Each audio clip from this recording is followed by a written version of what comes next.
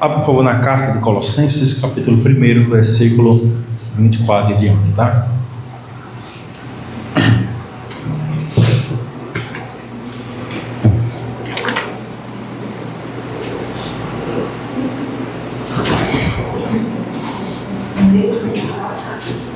Isso.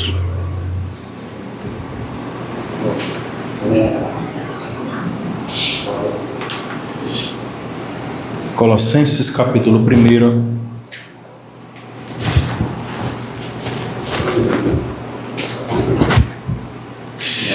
versículo 24 até o verso 29. Deus nos abençoe na exposição clara da sua palavra. Amém? Deus é bom e continua sendo bom. Quem achou, diga amém. Amém. E vamos ficar de pé em reverência à palavra do Senhor. Vamos ler. Agora me alegro nos meus sofrimentos por vocês e preencho o que resta das aflições de Cristo na minha carne, a favor do seu corpo, que é a igreja, da qual me tornei ministro de acordo com a dispensação da parte de Deus que me foi confiada em favor de vocês, para dar pleno cumprimento à palavra de Deus. O mistério que esteve oculto durante séculos e gerações, mas que agora foi manifestado aos seus santos. A estes Deus quis dar ao conhecer a riqueza da glória desse mistério dentre os gentios, que é Cristo em vocês, a esperança da glória.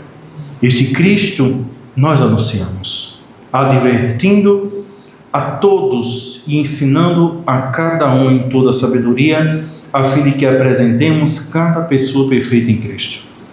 É para este fim que eu me empenho, esforçando-me o mais possível, segundo o poder de Cristo que opera poderosamente em mim. Oremos ao Senhor. Pai amado, te agradecemos por essa palavra, Senhor. E bendito seja o teu nome. Que o Senhor possa abençoar essa manhã com tua maravilhosa presença, Senhor. E que junto, como igreja, como teu povo, nós possamos meditar fielmente na tua palavra, porque sabemos que ela é imutável, inegociável, e temos certeza que ela transforma. Que o Senhor possa abençoar a mim e a cada um que hoje aqui está, Senhor, ouvindo tua palavra. Nos molda, nos transforma, e que possamos ser a imagem do teu Filho Jesus, por misericórdia. Em nome de Jesus, amém, e graças a Deus. Podem sentar, amém? Dando continuidade à série de pregações na carta de Paulo aos Colossenses. E nesse texto nós podemos ver aqui duas perspectivas muito importantes. No que lemos do verso 24 até o verso 29, o mistério de Cristo foi manifesto e vemos aqui o sofrimento no ministério. Paulo fala dessas duas perspectivas nesses versículos aqui que lemos, tá?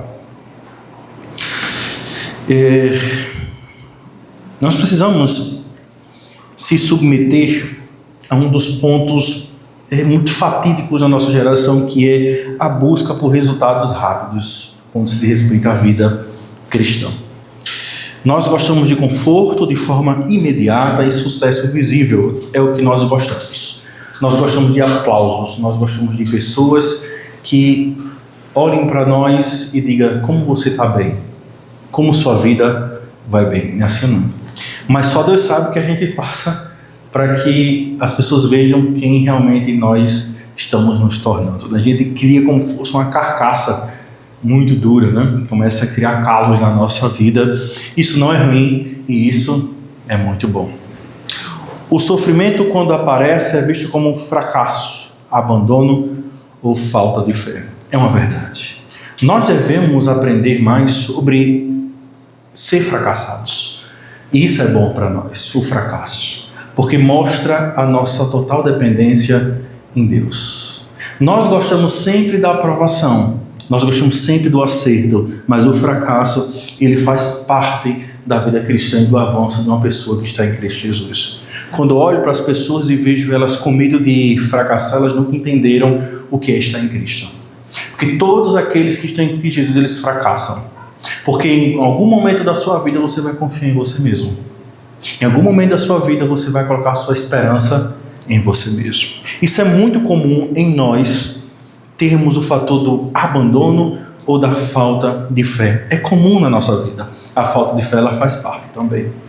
Pastor, mas como assim a falta de fé? Sim, tem vezes que você não tem fé. Tem vezes que você passa por momentos difíceis na sua vida que você não tem fé. É assim, não é? Quantos de nós passamos por fases assim? Que a nossa fé ela está abalada, ela está estremecida. Todos nós passamos por situações assim. E às vezes a gente acha que Deus tem nos abandonado e é uma mentira. É para Deus cada vez mais fazer a gente crescer em graça, em fé e em conhecimento dele. Então toda vez que você se sentir fracassado ou com falta de fé, ou se sentir abandonado, amém por isso. É onde nós estamos vendo a maior ação do Espírito Santo na sua vida. Onde você vai aprender a depender exclusivamente do Senhor Jesus Cristo. A mente moderna, ela busca sucesso, e é verdade. A mente atual de hoje, ela busca sucesso. Ela busca aprovação. Você vê que as pessoas, elas querem sucesso, elas querem a todo custo. Elas querem o reconhecimento das pessoas. Isso é verdade. Como é triste nós vermos pessoas que são cristãs, que confessam a fé em Jesus e querem aplausos. Nós não precisamos de aplausos de ninguém para viver para Cristo. Você não precisa da aprovação de ninguém para viver para Jesus. Você só precisa de uma aprovação de uma pessoa, de Deus, do próprio Cristo. Se você busca a aprovação de outros, você já deixa de ser o servo de Jesus, porque você vai buscar agradar pessoas. E aí é que está, o nosso compromisso ele está com quem? Entendeu? Aí está o grande dilema. O seu compromisso é com quem? Com os homens ou com Cristo? É por isso que quando você tem uma intimidade com Cristo, automaticamente as pessoas te reprovam. Porque princípios teus são diferentes, valores são diferentes, e a vida tua vai ser totalmente... É como se fosse remar contra a maré. Aí você às vezes se sente cansado, desanimado. Mas essa é a missão do cristão. Remar contra a maré. Aí a gente não vê as coisas como a gente queria que fosse. Aí vem o que? A falta de quê? De fé. Meu Deus, quando é que Deus vai fazer isso? Meu Deus, como é que Deus vai fazer aquilo? Meu Deus, quando é... E você começa a colocar Deus em situações que Ele não é para estar no seu coração. Deus ele deve ser primazia no seu coração. Ele deve ser Senhor sobre o seu coração. Ah, pastor, mas eu tenho dúvida. Não, isso não pode nascer no nosso coração, essas dúvidas. Que Ele já deixou muito claro, irmão. Não, vocês serão odiados, perseguidos, caluniados. E vai haver abandono de pessoas na nossa vida.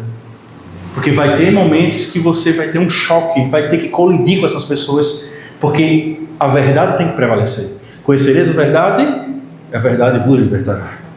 E quem é o ponto de partida, de conhecimento da verdade? Somos nós, por meio de muita graça, de misericórdia. Então por isso que tem esse choque de realidade. E nós precisamos aprender que o sofrimento faz parte do plano glorioso de Deus.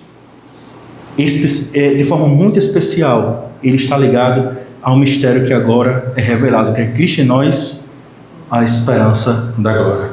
Nós precisamos entender que o sofrimento ele faz parte do plano de Deus. Às vezes a gente fica, Deus, qual é o teu plano para mim? Sofrer também faz parte.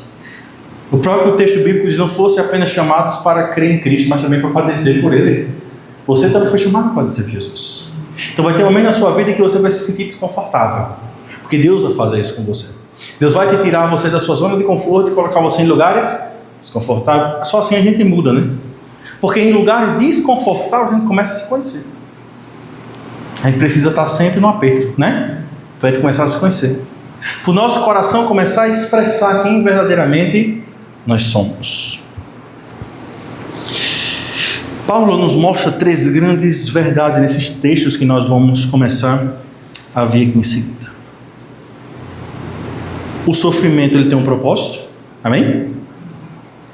O mistério foi revelado e um ministério que visa a maturidade. Queria que vocês voltassem para o texto, lá do verso 24. que a gente possa meditar junto nisso, tá? Deus é muito bom. E o verso 24, Paulo, eu vou ler junto com vocês. E em seguida nós iremos trabalhar ponto a ponto. Amém, gente? Vocês frisem bastante nesse termo aqui que eu vou falar. Agora eu me alegro nos meus sofrimentos por vocês e preencho o que resta das aflições de Cristo na minha carne a favor do seu corpo, que é a igreja. A parte A desse texto é o seguinte: agora me alegro nos meus sofrimentos por você.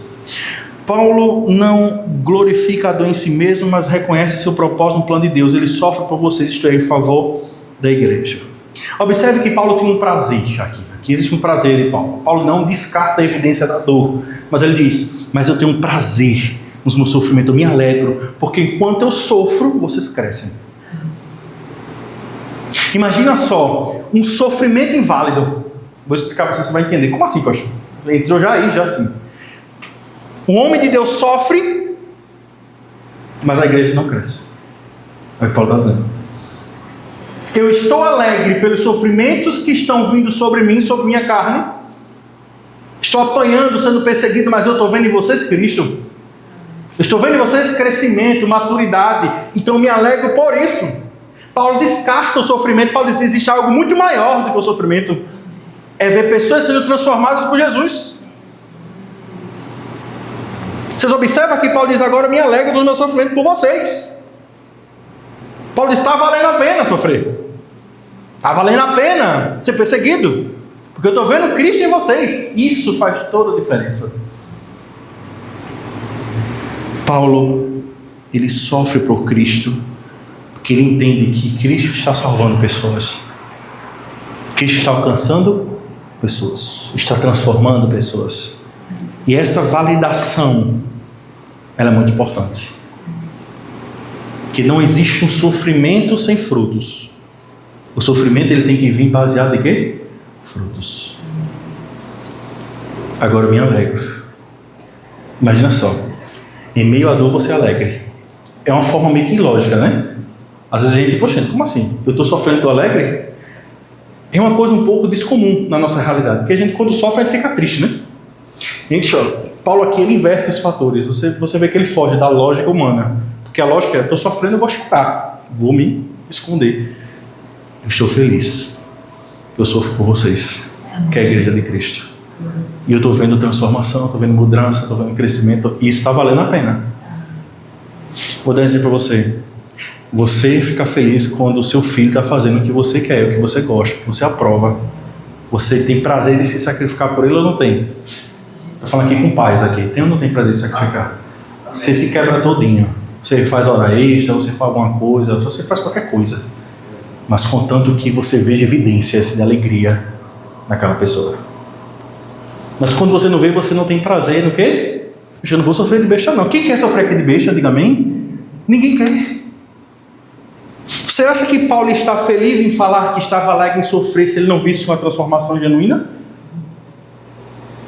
Não, eu estou alegre. Paulo, estou muito alegre porque vocês estão mudando. E está valendo a pena sofrer. Paulo, não vale a pena. Tem sofrimento na nossa vida que vale a pena.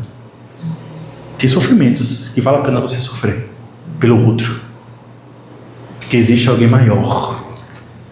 Chama-se Jesus Cristo. Completo no meu corpo o que resta, não? As aflições de Cristo. Não significa... Que lindo. Agora eu me alegro no meu sofrimento por vocês. E preencho o que resta das aflições de Cristo na minha carne, a favor do seu corpo, que é a igreja. Temos que ter prazer no sofrimento pela igreja, quando a igreja cresce espiritualmente. Não é em números. Porque o caso não é números, e eu vou explicar a vocês porque Jesus nunca se preocupou com números. As maiores mensagens de Jesus foram apenas para uma pessoa só. A mulher samaritana, João 4. Quem foi para quem Cristo disse: Deus amou o mundo de tal maneira que deu seu único filho para que todos que nele crê não pereçam, mas tenham a vida eterna? Nicodemos, numa madrugada. Só tinha ele e Nicodemos. E uma mensagem tão extraordinária que alcança o mundo. Deus ama o mundo de tal maneira, é um lindo, não é? Ele falou apenas para quantas pessoas? Uma pessoa. Seus maiores sermões foram para 12 pessoas. Jesus, quando via que pessoas não estavam compromissadas com o que ele assim estava oferecendo, eles vão embora. A multidão nunca foi um propósito principal para Jesus Cristo. Nunca.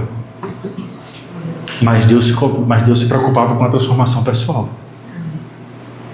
Deus queria ver pessoas sendo transformadas pelo poder do Espírito Santo. E os apóstolos vão no mesmo caminho. Você acha que Paulo ia estar feliz em ver uma igreja que não cresça? Não, ele está triste. Estou sofrendo por uma igreja que não amadurece. É o que ele está dizendo aqui, tá? Não sou eu, pelo amor de Deus. Não de Jesus, tá? É o texto bíblico. Por isso que eu gosto da pregação expositiva, você não tem como fugir dela. Mas seguindo ela, não tem como fugir. É as realidades que estão no texto. Agora me alegro dos meus sofrimentos com vocês. Ele diz que o corpo dele, por vocês e preencho o que resta das aflições de Cristo na minha carne. Paulo está dizendo que a carne dele está sofrendo. Por causa de quem? Da igreja.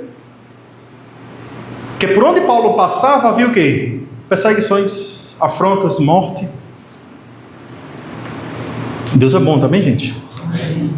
E o que mais indaga, que eu estava lendo esses dias, a carta de 2 Coríntios, e aqui me chamou muita atenção, e me emocionei muito ao ler a carta de Coríntios. Paulo disse que escreve ela em lágrimas, tá? Aquela carta escreve em lágrimas. E é incrível, né? Eu não sei você, mas a gente lê a Bíblia 200 vezes, mas parece que quando você lê diferente, né? Não é com nova interpretação, mas Deus te dá um olhar diferente para aquilo, né? Parece que existem momentos na sua vida que quando você vai ler a Bíblia, Deus já começa a tratar com você diferente. Não é uma nova interpretação, não existe, tá? Nova interpretação, uma revelação, não. É Deus trata com você de forma diferente, né? E eu vejo Paulo dizendo o seguinte, né? Eu sofro mais do que todos vocês. Aí Deus ali prova que o ministério, quem está de frente sofre mais do que os meus. Paulo sofria mais do que a igreja de Cristo. Misericórdia. Mas ao mesmo tempo é bênção também, amém, gente? Deus é bom.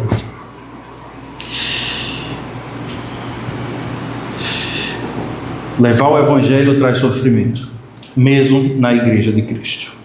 João Calvino afirmou certa vez da seguinte forma: os sofrimentos de Cristo foram suficientes para que a redenção, mas continua nos membros do seu corpo para a edificação da igreja. O sofrimento faz parte da proclamação do evangelho. Toda vez que a gente anuncia o evangelho, pessoas são salvas e automaticamente o sofrimento vem, porque existe uma verdade ali sobrenatural. E o reino espiritual, que nós chamamos de principados e potestades, se manifesta. O diabo também se manifesta. Toda vez que a verdade chega em alguém, o diabo também tem o prazer de querer também retirar a semente da verdade de separação. Mateus capítulo 13, você vai ver que existem momentos que a palavra cai em certos tipos de campos. Um cai em pedra, floresce, mas é sufocado pela palavra. Outros a ave vem e rouba aquela semente. E tem um que cai no campo fértil. Ali, acabou. Cai nesse coração, frutos para tudo que é lado. Então nós temos que clamar ao Senhor para que a nossa palavra caia em campo fértil. Que Deus ponha a semente no coração. O nosso papel, e nós temos muito isso, é tentar convencer pessoas pela nossa própria força. E a gente nunca vai conseguir isso. A gente nunca vai ter êxito nisso, porque a gente não vai conseguir.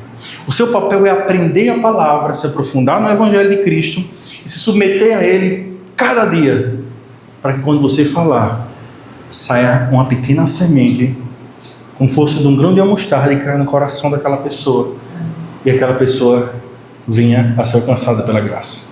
Porque isso é trabalho do Espírito Santo, não é o seu trabalho, não é meu trabalho, é o trabalho do Espírito Santo. Observe, quantas vezes você fala com as pessoas continuam na mesma situação. Para você ver que não é um trabalho. Porque se fosse por nós, você queria que o povo mudasse. Concorda comigo?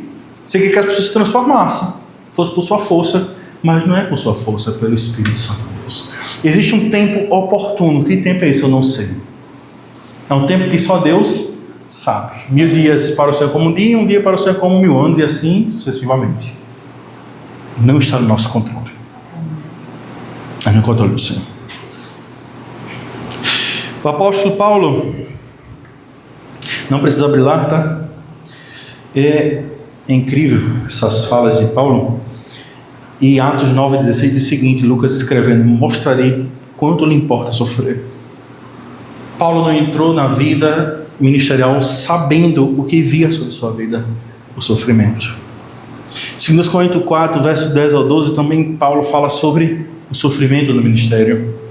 Filipenses capítulo 1, versículo 29, Paulo fala que não foi chamado apenas para crer, mas também para padecer pelo Evangelho. Será que estamos dispostos a padecer pelo Evangelho? Mas não padecer de uma forma inválida, sem um propósito. Que é muito bom quando você sofre, você entende o propósito do sofrimento. Você concorda comigo? Se estou sofrendo, mas eu sei porque eu estou. Vou dar um exemplo para você. Você estuda, vou dar um exemplo para você. Ah, pastor, eu queria embarcar, mas sabe que tem todo um trajetório, tem uma prova a se fazer, tem que estudar longe da família, assim não é. Você vai sofrer, mas você sabe qual é o sofrimento, você tem um objetivo final. Mas imagina só, você sofrer sem saber por que está sofrendo. Qual é o objetivo do meu sofrimento? Tem gente que não sabe. Isso é triste ou não é triste, gente? É muito triste. Paulo sabia o sofrimento que ele tinha. Ele diz: estou muito alegre, porque eu estou vendo pessoas sendo transformadas. Isso é maravilha. O ensino central desse texto, do verso 24, é: sofrer por Cristo não é um sinal de derrota, mas de identificação com Jesus Cristo. Toda vez que você sofre por Cristo, não é um sinal de derrota, mas é um sinal que você está muito ligado a Ele, mas muito ligado a Deus. Por isso que vale a pena certo sofrimento, mas quando se tem um propósito, quando se tem evidência, ela tem que ser vista, ela não pode ser oculta. Sofrer por sofrer, não existe isso. Sofrer por evidências, amém? O verso 25, Paulo começa dizendo da seguinte forma: da qual eu me tornei ministro, de acordo com a dispensação da parte de Deus, que me foi confiada em favor de vocês, para dar pleno cumprimento à palavra de Deus. Vocês observam que Paulo aqui, ele tem uma mente muito mais além, né, do que ele falou lá atrás, dizendo: eu entendo o sofrimento, foi Deus que eu sofresse e passasse por tudo isso. Ele entendia isso, ele descansava nisso. Ele está dizendo: é o cumprimento da palavra de Deus. O que é que Jesus diz? Em meu nome vocês serão o quê? Odiados, caluniados, perseguidos, vão dizer todo o mal contra vocês. E assim, era o que estava proposto, é um cumprimento da palavra de Deus em nossa vida, na dispensação da parte de Deus, no tempo oportuno do Senhor. Paulo foi colocado para sofrer pela igreja do Senhor. O verso 26, quero que vocês leiam comigo. Diz o seguinte: o mistério que esteve oculto durante séculos, mas que agora foi manifestado ao seu santo. Eu quero que vocês frisem muito nisso, que está dizendo o seguinte: a Bíblia fala sobre mistério. Hoje em dia essa palavra é usada de forma muito errada. Em muitos meios, principalmente em meios neopentecostais, que quando eles falam uma coisa que você não entende, eles dizem o que é? É mistério. Você não entende nada que eles estão falando, mas vai dizer o quê? É mistério. Deus mandou dizer não sei o quê? É mistério. Mas eles pegam esses termos, né, mistério aqui, como fosse uma coisa misteriosa, uma coisa que está muito misteriosa, que nem Deus sabe. E diz para você: é mistério. Eu já me cansei de ver pessoas que eles vão com você desse, e o resto eu não sei porque é mistério. Isso não é a forma de se aplicar a palavra do Senhor. Porque quando Paulo fala de mistério, Paulo está falando de uma coisa que já estava prevista. Paulo não está falando de uma coisa que era escondido, que depois veio do nada e apareceu. Eita, o homem misterioso, né? Não, ele já havia falado, se manifestado, e no tempo oportuno foi o quê? Manifesto. Um exemplo, proto evangelho, Gênesis 3,15. Estava anunciando a vinda de quem? De Jesus. Então não é mais mistério. Havia uma evidência, havia uma fala, havia um pronunciamento que aquilo havia de vir. É tanto que os profetas ficavam muito ansiosos para saber: será que esse Cristo, o Filho de Deus, vai vir no meu tempo? Quando se levantava um rei, o que é que eles diziam? Pode ser o quê? O filho de quem? O Filho de Deus. Mas não só Isaías tendo aquela revelação do sofrimento do Filho de Deus. Ele diz, meu Deus, essa manifestação, essa revelação veio no meu ministério, que Jesus ia padecer, sofrer, ser moído, maltratado na cruz do Calvário. Será que ele vai vir nesse momento? Não veio. É tanto que em Hebreus capítulo 11, você vai ver que o texto bíblico diz que muitos morreram sem ver a promessa. Que promessa era essa? Jesus. Muitos morreram sem ver Jesus. Eles queriam ver, eles ansiavam por aquilo. Tanto que eles se entregavam, morriam por aquela verdade, porque eles estavam esperando o Cristo. E Paulo diz que nós fomos privilegiados. O mistério não é algo enigmático, mas uma verdade divina antes escondida e agora revelada por Deus. É como fosse, como diz Paulo, é como fosse uma sombra. E depois as cortinas fazem o quê? Se abrem. Que maravilha. Quando eu vejo pessoas dizendo, é mistério, tem até música, né? É mistério, é mistério. É tanto mistério que eu não sei de onde tiraram essa perspectiva do mistério. Você vai ler a Bíblia, é como eu falo, toda pessoa que tem essas palhaçadas tem uma teologia muito fraca. Converse com elas e você vai ver uma teologia muito fraca, limitada, sem Cristo e sem conhecimento. Pode sentar com essas pessoas, não tem conhecimento nenhum bíblico. Elas não sabem argumentar, não sabem fazer teologia, não sabem fazer doutrina, não sabem fazer absolutamente nada. Mas sabe dizer que é mistério. E o povo gosta disso. Que é muito bom você chegar na vida dos outros e dizer, Deus tem um negócio para dizer, é mistério. É fácil dizer isso ou não é fácil?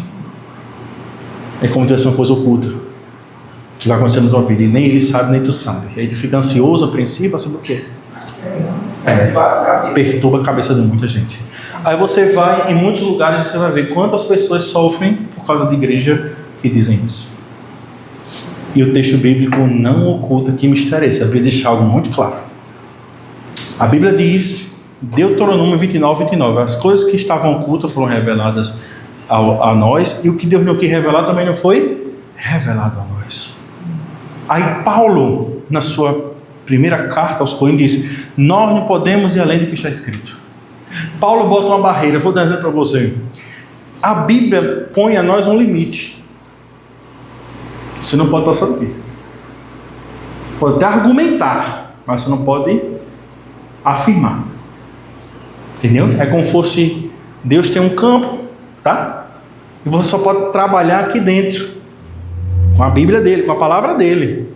Você sai fora, você cai em heresia, cai em erro. Um exemplo. Um assunto difícil para nós, que somos teólogos e cristãos, assim, estudiosos da palavra, um assunto muito difícil para a gente chama-se Trindade. A união hipostática de Cristo. Você tem que ter cuidado para falar sobre isso. Por isso que os crentes que não estudam, não se aprofundam, eu prefiro que nem converse sobre. Isso vai cair em heresia. Existe um único Deus manifesto em 3 pessoas: Pai, Filho e Espírito Santo. Como é isso, pastor? Aí está o grande mistério mesmo. O Pai, o Filho e o Espírito Santo são uma pessoa só. O único Deus manifesto em 3 pessoas distintas. Pastor, que eu só falo isso muito no público, porque qualquer argumentação aqui defasada é heresia. Outro ponto muito crucial na igreja é a união hipostática de Jesus, que é Jesus homem, Jesus Deus. E a gente nunca pode, em nenhum momento na Bíblia, dizer assim da seguinte forma: Jesus chorou. Você disse que Deus chora? Esse é um sentimento que não está dentro dos atributos divinos. Mas o Deus encarnado, o homem, chorou. Entendeu? Aí você diz, eita, aquele é homem, aquele é Deus. Não, ele é 100% homem em tudo que ele fazia. Ele se demonstrou homem em certos momentos, e Deus também. Natanael é uma grande evidência. Te vi debaixo da figueira quando tu estava lá chorando. Eu te vi lá. Quem é que viu ele? Deus. Antes de Abraão eu era. E tem momentos que ele diz, eu não sei, quem só sabe é o Pai. Aí você tem que ter muito cuidado com isso, porque todo mundo, eu vou falar isso desde o século II, que nasce o arianismo, Sabélio, entre outros homens que falaram sobre essa união hipostática, caem em heresia. Eita, aquele é homem, eita, aquele é Deus. Não, gente, como assim? Que bagunça é essa? Ele é verdadeiramente homem, porque o certo, o correto termo falado é: ele é verdadeiramente homem e verdadeiramente Deus. A gente fala assim para ficar mais fácil, mas na linguagem teológica é verdadeiramente homem, verdadeiramente Deus. Quem vai se meter nisso? Tem gente que gosta de se meter nisso. Eu mesmo não gosto. Eu fico com a chamada ortodoxia, que é o quê? Eu fico com os pensadores ortodoxos de toda a história da igreja. Eu não gosto desse negócio de eita, vamos pensar fora da caixinha. Quem pensou fora da caixinha cai em heresia. Amém, gente? Temos que ter muito cuidado com isso. Isso é que o povo fala. Um exemplo: não me venha com o termo assentos do Senhor se você não vem com a Bíblia perto de mim. Amém? E o que mais me indaga é que quando você chega perto, porque é o seguinte: existe o fator do cessacionismo. O que é isso? Que os dons não são mais evidentes como eram na história da igreja. Isso é muito verdadeiro. Você concorda comigo? Você não vê mais como vê os dons manifestos como era lá no início da igreja, como é hoje. Crisóstomo, no século IV, disse: nós não vemos mais o falar em idiomas aqui no nosso meio da igreja, como nós vimos lá em Atos dos Apóstolos, no tempo do apóstolo Paulo, nos escritos já dos pais da igreja, do primeiro século até o século IV, não se via mais essas manifestações. E hoje você vê que tem igreja que a todo momento, né? Deus falou comigo. Realmente, pode até ser porque está lendo a Bíblia, né? Pode até ser, mas não, Deus falou comigo quando eu estava fazendo isso, aquilo e aquilo. Isso até fere a palavra do Senhor. Isso fere a palavra do Senhor.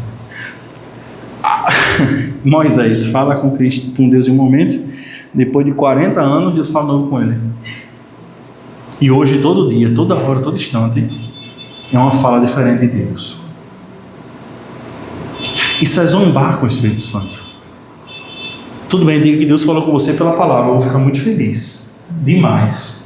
Aí você vem falar para mim que viu uma voz do nada, do além, de olha meu filho. Eu digo: tu leu Bíblia? Não. Quem não leu Bíblia, escuta a voz do diabo e pensa que é Deus. Porque a voz de Deus é muito clara. Não vai contra a palavra dele. Tem coisa que o povo diz que Deus falou que vai contra a palavra dele. E aí diga que foi Deus. Será que foi Deus mesmo? Que quem veio para confundir o homem é quem? O espírito do erro. Quem é que faz isso? A Bíblia diz que o diabo tem poder de se transformar em anjo de luz. Quem ouviu um anjo, pronto.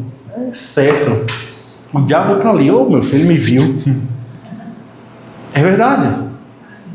Você entende os cuidados que a gente deve ter? Por isso que o grande grito da reforma foi sola escritura. Somente é onde você tem a maior segurança da sua vida, é a palavra de Deus. Às vezes, rapaz, está muito certo. Não, Deus é Deus.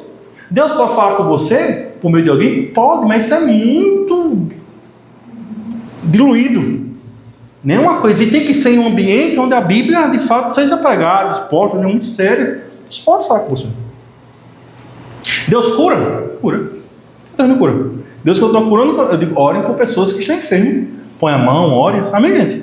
Um exemplo muito claro que a gente vê hoje, né? Que é muito comum nas igrejas, é chamado óleo ungido. Já viu o óleo ungido? Bota aqui, derrama, né? É o cheirinho, né? Bota com o cheirinho agora os olhos. Aí pega o texto de quem? De Tiago. Coitado de Tiago. Quando veio alguém doente na igreja, chama quem? Os presbíteros, unja com óleo, ore. Se tiver pecado, vai ser perdoado. E o bem será alguém? Curado. Aí o óleo daquele tempo que era, gente? Medicinal. Não era um óleo ungido. Aí você para. Como assim, puxa? Como é que se faz doutrina bíblica? É tendo em vários livros bíblicos a mesma coisa. Você só vai achar essa fala na carta de quem?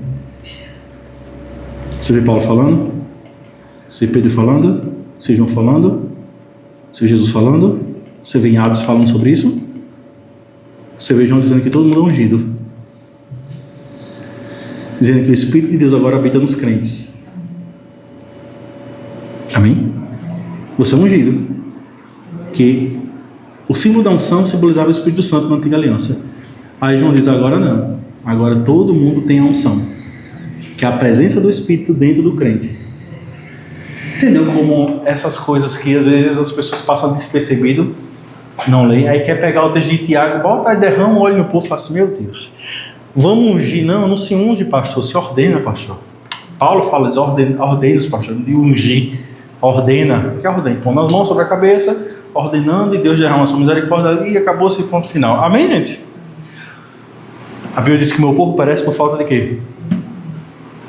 Aí se você for falar isso para as pessoas vão se sentir chocadas, porque passaram 40 anos da sua vida ouvindo isso. Aí ela vai dizer, não, porque não sei o quê, o meu pastor disse que era assim, o meu pastor disse que era assado. Pelo amor de Deus, gente. E a Bíblia, fica onde tudo isso?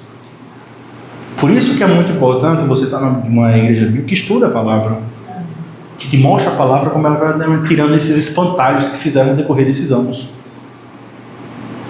E é verdade, gente. Um exemplo, o povo fica dizendo que a maior evidência do Espírito Santo no meio do povo é falar em línguas. Gente, Atos 2 teve um propósito, que era a proclamação do Santo Evangelho para outros povos.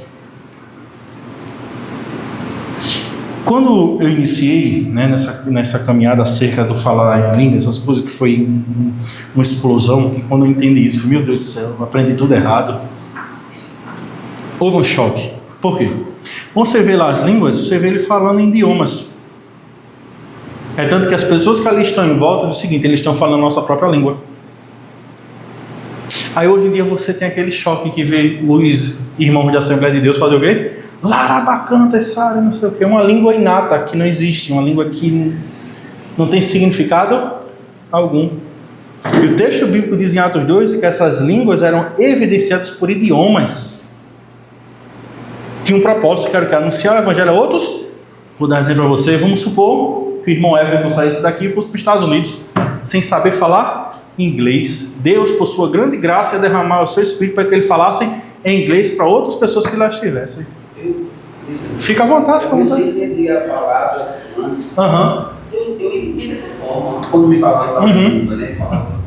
Porque eu acho que falando em língua eu sei que ele deu me usar. Isso. Falar a língua daquele povo, o autor, para ele me entender. Isso. Não falar uma língua que talvez às vezes português direito eu não entendo.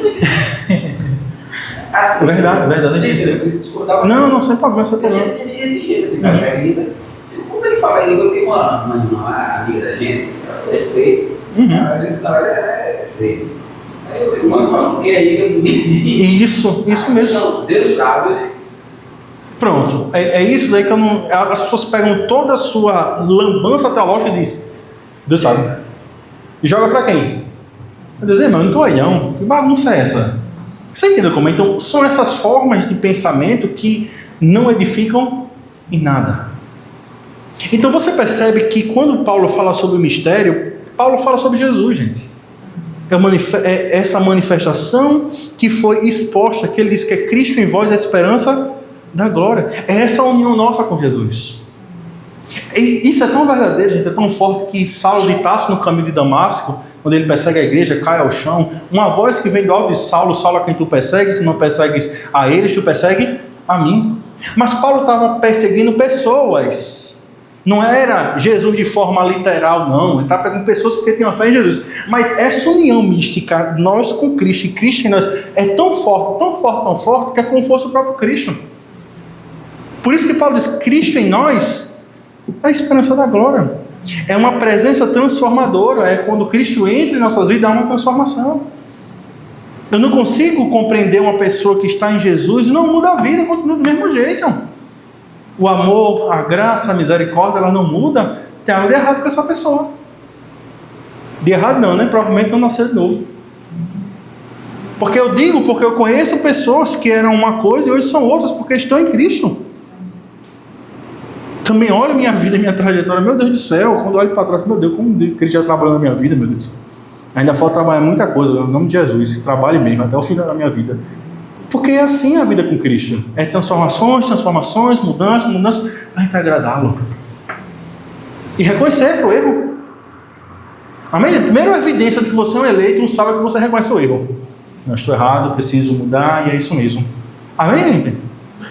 Quando eu vejo pessoas que não conseguem ouvir os seus erros e ficam com raiva, eu falo assim, meu Deus do céu, onde está o Espírito Santo nisso? que eu fico muito feliz quando eu chego para alguns membros, algumas pessoas, principalmente com amigos meus, eu digo, meu irmão, você está errado, pastor, o senhor está certo. Verdade, eu tenho que ver isso aí. Teve um, meu amigo, que eu descasquei ele quinta-feira, foi lá no box, quando ele chegou, eu fiz, senta aí. Meu amigo, deu uma descascada. Mal, deu uma descascada. Que eu fui, pronto, agora ele sai da igreja. Mas sabe o que foi que ele fez? Baixou a cabeça e disse, pastor, o senhor está certo. Estava cego. Vamos orar, ore por mim, pastor. E eu vou tentar ajustar isso aqui da melhor forma possível. Meu amigo, aquele me alegrou de um jeito. Me deu uma alegria que você não imagina. Meu Deus, você está no caminho certo.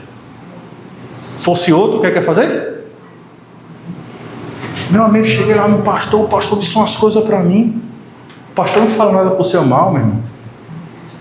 Quem já viu o pastor falar mal? Estou falando do pastor, estou falando do falso pastor, pastor. Quem já viu o pastor falar mal? Qual foi o dia que eu falei alguma coisa mal para vocês? Nunca falei. Repressão faz parte da vida pastoral, porque senão a igreja vira bagunça. Faz parte da vida da igreja, do avanço da igreja. Faz parte, o pastor está ali chamando a atenção. Normal. Mas dizer o que é mal para você? Isso aí nunca. Bem, gente. E uma coisa, eu só vou quando eu posso ir. Quando eu não posso, eu retorno. Porque é com você e quem? Tem coisas que a gente tem que entender, que é a pessoa de Jesus. Tem coisas que o pastor está lá, ele vai lá e se envolve. Mas quando não é, não é. Amém, gente? E uma garantia escatológica, Jesus voltará. Essa é a esperança que nós temos. A esperança de união com Jesus, tão profunda. Uma esperança de uma presença que nos transforma. E uma garantia que Jesus virá. Essa é sua maior alegria. Por isso que você se levanta cedo e vem ao culto. Por isso que você vive a vida cristã. Por isso que você tem uma vida piedosa, uma vida de santidade. Ora, lê Bíblia. Que você espera Ele. Que você espera Ele. A força para sofrer vem de fato do que Cristo faz. Ele habita em nós. Por isso que vale a pena sofrer pelo Evangelho. Vale a pena sofrer pelo nome de Jesus. Amém? Vamos ficar de pé.